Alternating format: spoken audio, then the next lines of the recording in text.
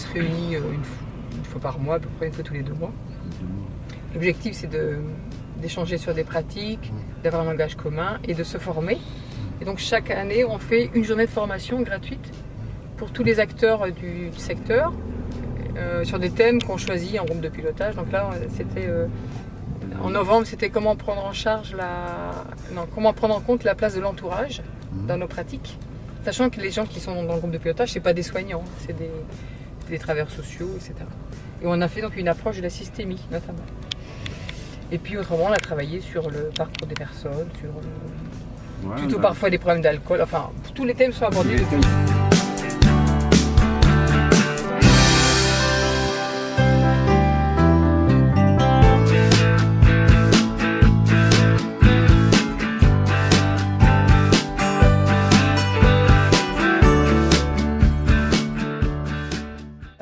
Jean-Pierre Coutron, bonjour. Bonjour. Est-ce que vous pouvez nous donner une définition de la société addictogène ? Alors la société addictogène, c'est une façon de rassembler 4 évolutions fortes du monde social et du monde culturel ces dernières, on dirait à peu près ces 20 à 25 dernières années, qui créent une sorte de tendance, de pente dominante vers les conduites addictives. Alors, ces 4 tendances, la première, c'est une centration sur l'individu. L'individu est devenu plus important que le groupe. L'individualisme, l'individuation sont des concepts qui sont devenus forts, et on le voit par exemple du plus global, la mondialisation qui fait que les individus circulent, au plus intime, le changement de modèle dans la famille en passant par l'appartenance territoriale, l'appartenance à une entreprise où on dit que c'est la mobilité, la fluidité, le changement. Donc cette notion de dire l'individu. Alors le positif, c'est que l'individu a gagné beaucoup de liberté. L'inconvénient, c'est que l'individu doit du coup payer ça en angoisse, en inquiétude, parce que le groupe est moins solidaire. Alors on doit se débrouiller un peu plus tout seul. Donc première accentuation d'une pression faite sur l'individu. Le deuxième grand courant de la pente addictogène, c'est du côté de la sensation. Aujourd'hui, on a des technologies, on a des savoir-faire qui permettent de ressentir beaucoup plus fort, de ressentir beaucoup plus rapidement et de ressentir tout le temps. Le TTT, le tout de suite, tout le temps, qui était réservé à la prise de produit, devient une possibilité qui est donnée à chacun d'entre nous. Avant même d'avoir pris un produit, on a des technologies qui nous permettent de nous connecter, qui peuvent ne jamais s'arrêter. On a des abonnements qui sont sans limite, on peut acheter à toute heure du jour ou de la nuit, on peut visualiser ce qu'on appelle en streaming, c'est-à-dire qu'on n'a pas besoin de se dire il faut que apporter mon vieux disque pour l'écouter. Voilà, on peut écouter en permanence, accéder en permanence, et plus vite, plus fort, plus intense. Donc ça, c'est le deuxième point, et avec du coup une espèce de culture de l'instantanéité, de l'intensité, et dans le vieux jargon, on aurait pu dire une moindre acceptation de la frustration, d'attendre, de prendre le temps de construire quelque chose. Donc un individu plus seul, des sensations beaucoup plus fortes.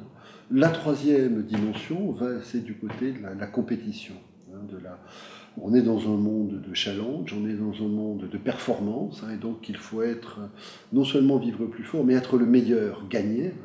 Et donc on a vu par exemple des comportements qui étaient des comportements de dopage, qui étaient réservés à certains grands champions, qui se sont répandus petit à petit, à tel point qu'aujourd'hui, dans le monde de l'entreprise, on a un certain nombre de personnes qui consomment pour supporter la charge de travail, mais on a d'autres qui consomment pour être plus performants, pour être le meilleur, pour gagner, et on a vu apparaître, entre guillemets, ce qu'on appelle du dopage en col blanc, voilà, dans des milieux où on n'imaginait pas voir apparaître des prises de produits, et une partie des prises de substances aujourd'hui n'ont plus rien à voir avec, entre guillemets, la nostalgie des années 68, une contre-culture un peu babacool, et au contraire, on a une espèce d'exigence de performance. Donc, cette troisième dimension de la performance, elle est accompagnée presque en symétrie, en face à face, d'une quatrième, qui est l'impact économique. Les drogues commencent dans les années 70, c'est ce qu'on considère être comme la fin des 30 glorieuses. Le plein emploi. Les jeunes qui consomment dans les années 68-70 ont parfois 2 bacs. Ils se disent, je ne vais pas aller travailler tout de suite, je vais essayer de voir si je peux faire une vie alternative.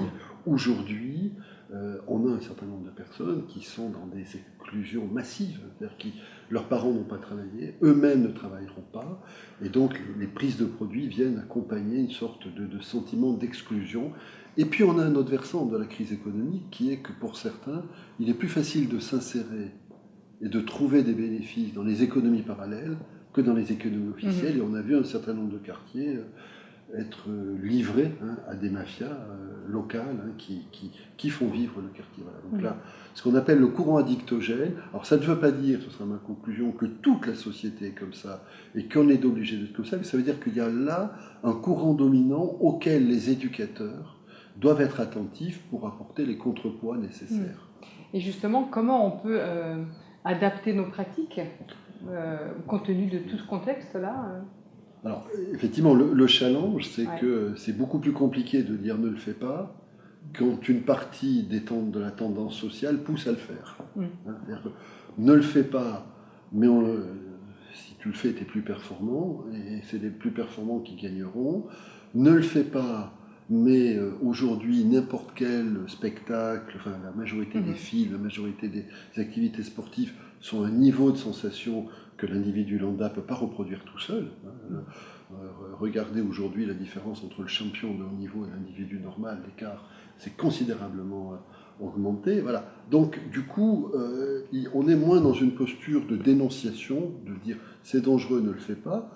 On continue de donner les dangers, c'est important de nommer les dangers, mais il faut accompagner ça d'un vrai travail éducatif et donc d'un travail où on va cheminer à côté des personnes et leur permettre un peu de dire le but, c'est pas forcément que tu ne le fasses pas, mais c'est que tu apprennes à le faire, que tu construises ta personnalité, que tu te dotes d'un certain nombre de compétences et plus tu seras doté de compétences, plus ensuite tu pourras, dans cette société addictogène, choisir les expériences que tu veux faire. Si possible, on te conseillerait de choisir les moins dangereuses, c'est-à-dire celles qui ne mettent pas en jeu des substances particulièrement dangereuses, et surtout de les faire au moment où tu es apte à le faire, où tu as appris à lâcher les chevaux, mais où tu as appris à reprendre le contrôle, où tu as construit ton corps complètement, qui te permet de supporter autrement, où tu as construit ta personnalité, où si possible tu t'es mis autour de toi d'autres centres d'intérêt qui te permettront de pondérer. Donc aujourd'hui, on essaye de travailler aussi bien ce qui est le soin que ce qui est la prévention,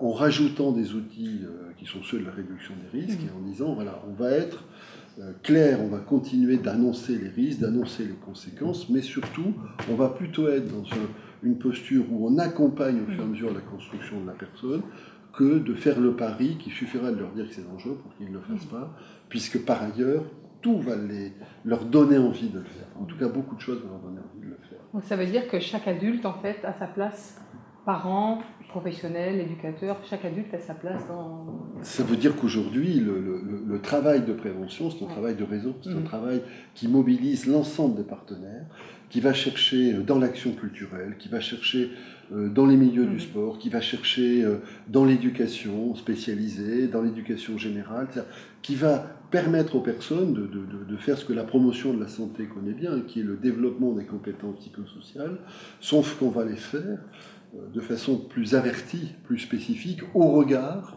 de ce risque addictogène qui fait passer l'idée que l'individu l'emporte sur le groupe, que plus c'est fort, mieux c'est, ce qui n'est pas forcément vrai, plus c'est intense, mieux c'est pas forcément vrai, qu'il faut être le premier pour avoir du plaisir, sinon on n'a pas de plaisir, c'est pas forcément vrai. Voilà. Et donc on va mobiliser l'ensemble des acteurs pour permettre à chacun de retrouver son point d'équilibre à lui, et non pas de se dire j'aurais pas le droit de le faire, parce que pour aujourd'hui, par exemple, une partie des addictions résulte des écrans. On ne va pas interdire à nos enfants d'aller vers les écrans. On ne va pas leur dire une autre partie des addictions, c'est les œufs de hasard et d'argent que l'État lui-même a choisi petit à petit d'autoriser. Donc du coup, on va se rendre compte que le but, c'est de consolider les principes éducatifs, de consolider ce travail-là. Et là, effectivement, si on confie ça qu'aux professionnels du soin, c'est perdu. Donc c'est l'ensemble des acteurs qui doivent être informés de cet enjeu addictogène et qui vont ensuite être mobilisés pour tenir un peu leur rôle. Et c'est un peu tout le concept qui est développé en ce moment en France, mais pas qu'en France, en Europe, ce qu'on appelle l'intervention précoce. On va essayer de faire converger les actions des uns et des autres. On n'a pas besoin d'inventer des choses nouvelles, mais il faut mieux les articuler, mieux les faire converger, et c'est tout l'intérêt du travail en réseau et des travails en partenariat. Vous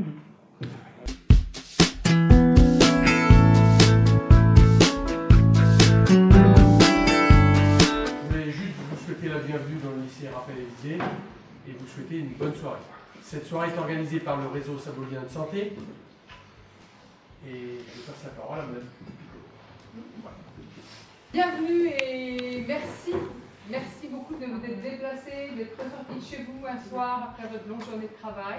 Merci d'être là. Ça fait plaisir d'avoir du monde en face. Les premières pousses du réseau, elles sont nées il y a 25 ans. 25 ans. Donc le prix de travail aujourd'hui, c'est 25 ans d'histoire. Donc c'est vraiment important. Des gens de différentes associations se sont réunis, ont réfléchi et ont mis en place des journées d'études, des journées de travail. Aujourd'hui, donc 25 ans après, le réseau de Sabolien est bien structuré. Il y a un groupe de pilotage constitué de 18 à 20 institutions différentes. L'objectif du réseau, c'est de faire réunir donc, des professionnels ou des bénévoles de milieux différents, du milieu social, médico-social, sanitaire, de faire échanger les gens sur leurs pratiques, de mieux se connaître, d'avoir un langage commun, de parler des mêmes choses, de faire tomber les représentations, de parler de ses peurs, et puis aussi de se former et d'avoir des notions théoriques sur les questions de santé, de bien-être et d'addiction. Vous savez qu'aujourd'hui, un des principaux lieux de consommation des substances, c'est l'entreprise. Alors, on revient à nos 68 arts, ça c'est fini, vous oubliez. Prendre des drogues pour être dans la contre-culture, peace and love, et laisser pousser le poil qu'on a dans la main en attendant de voir s'il faut un palmier sous lequel on pourra se reposer, c'est une utopie dépassée. Aujourd'hui, on prend pour être le plus fort, passer devant l'autre, ne pas perdre son boulot, être plus performant. Moi j'ai bossé pendant des années, encore une fois à Mantes-la-Jolie, dans la vallée de la Seine. J'avais des types qui faisaient la chaîne des usines Renault et des usines Peugeot. Donc ils connaissaient le système. Pour acheter la paix sociale, ils bossent 7 mois en intérim, ils sont 5 mois au chômage par an, et on les fait tourner, comme ça on fait passer tout le monde. Les 7 mois où ils bossent, ils vont fumer du shit, mais moins, ils vont fumer 3-4 joints par jour. Les 5 mois où ils sont au chômage, ils vont fumer 10 joints par jour. Les 10 joints par jour, c'est pour gérer l'ennui. Les 5 joints par jour, c'est pour gérer ce qui reste de la fatigue du corps et de l'épuisement du corps. Au début, le soin, c'était uniquement cette flèche. On prenait une personne qui disait, elle devait obligatoirement dire « Monsieur, je vais arrêter la drogue », et on l'amenait au sevrage et à l'abstinence. Moi, j'ai commencé comme ça. J'avais des jeunes, ils avaient leur dose d'héroïne dans la poche et disaient « Monsieur, je vais arrêter ». On savait qu'ils n'allaient pas arrêter, mais comme la seule façon de les recevoir, c'était de faire un sevrage, et puis après, ils rechutaient. On avait pourquoi t'as rechuté. Et quand ils étaient honnêtes, ils vous disaient en fait, quand je suis venu te voir, je ne voulais pas arrêter, mais je voulais me reposer un peu. Et comme la seule porte d'entrée, c'était de demander d'arrêter, ils étaient, entre guillemets, obligés d'entretenir ce mythe que tout drogué est un menteur. Du jour où on leur a dit, on peut recevoir même si vous ne voulez pas arrêter, ils ne sont pas venus tous dire qu'ils voulaient arrêter. Et aujourd'hui, ceux qui vont dire qu'ils veulent arrêter ont un peu plus envie de le faire. Et ceux qui veulent dire « je voudrais déjà reprendre mon souffle », on dit « écoute, c'est déjà pas bête. Reprends ton souffle et on verra après ». Donc on est passé d'un modèle où on avait un chemin unique, étroit, et on se disait « pourquoi ils ne le prennent pas tous ?» à un modèle où on a plusieurs propositions, et on choisit avec eux, on essaye d'assembler avec chaque personne le petit parcours qui sera le plus cohérent.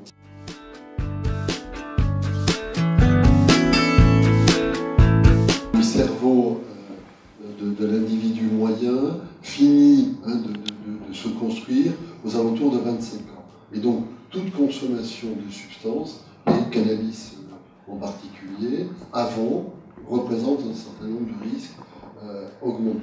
Toute consommation, dès lors qu'elle est régulière, et plus elle est précoce. Donc du coup, la première réponse, c'est qu'il faudrait trouver un système qui permette de diminuer l'usage chez les jeunes. Actuellement, ce qu'on constate, c'est que la prohibition, lancée dans les années 70, a complètement échoué, puisque c'est sous ces années de prohibition qu'on a vu augmenter l'usage de cannabis et qu'on a vu se répandre, et non seulement se répandre, mais se répandre par le bas, c'est-à-dire aller vers des classes de plus en plus jeunes. Donc, on a hélas un premier exemple qui est que le modèle de prohibition qu'on a aujourd'hui nous a coûté très cher et a été inefficace.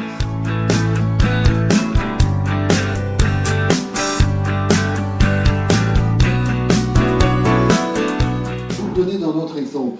Vous allez faire un test, je ne sais pas si vous avez des enfants, vous allez regarder, vous allez sortir le Mission Impossible que vous regardiez quand vous étiez jeune. Ça évoque quelque chose.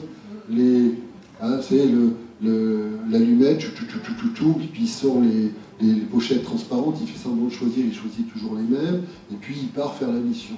Voilà.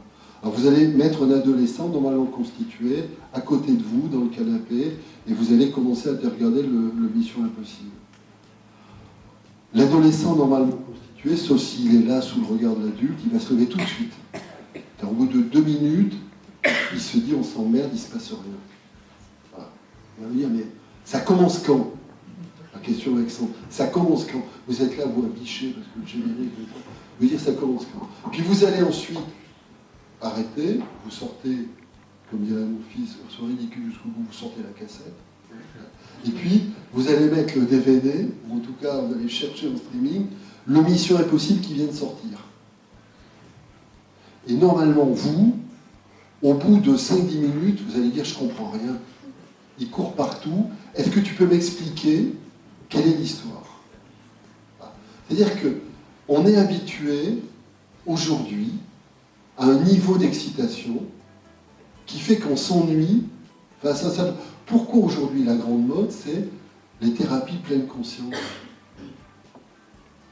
Pour moi qui suis un vieux, on fait venir Christophe André et on vous dit, il faut que vous fassiez de la méditation. Autrefois, je vais à une conférence organisée par AXA et il dit, 1 demi-heure de méditation par jour. Alors, il y avait tous les DRH, les grosses boîtes. Moi, j'étais au fond de la salle, je dis, il n'y en a pas un qui va oser rentrer, dire à son PDG, chef, on arrête la chaîne, 1 demi-heure de méditation pour tout le monde. Alors ils étaient tous à faire l'exercice de méditation, parce qu'ils sont DRH, ou adjoints du DRH, et vous allez, si demain la loi change et qu'on donne 1 demi-heure de méditation, surtout qu'il y en avait un autre à côté, Salman, qui disait 1 demi-heure de sport par jour. Alors déjà, moi je suis rentré, j'ai dit à mon employeur, 1 demi-heure de méditation, 1 demi-heure de sport, tu me défales 1 heure par jour, et je serai un employé heureux. Vous voyez bien que on est dans une hypocrisie majeure. Donc effectivement, le problème du dopage est très fort, le problème de l'hyperperformance est très fort, les discours pour noyer ça derrière une hygiène de vie sont aussi très forts, mais la réalité, c'est qu'on va faire appel à la substance.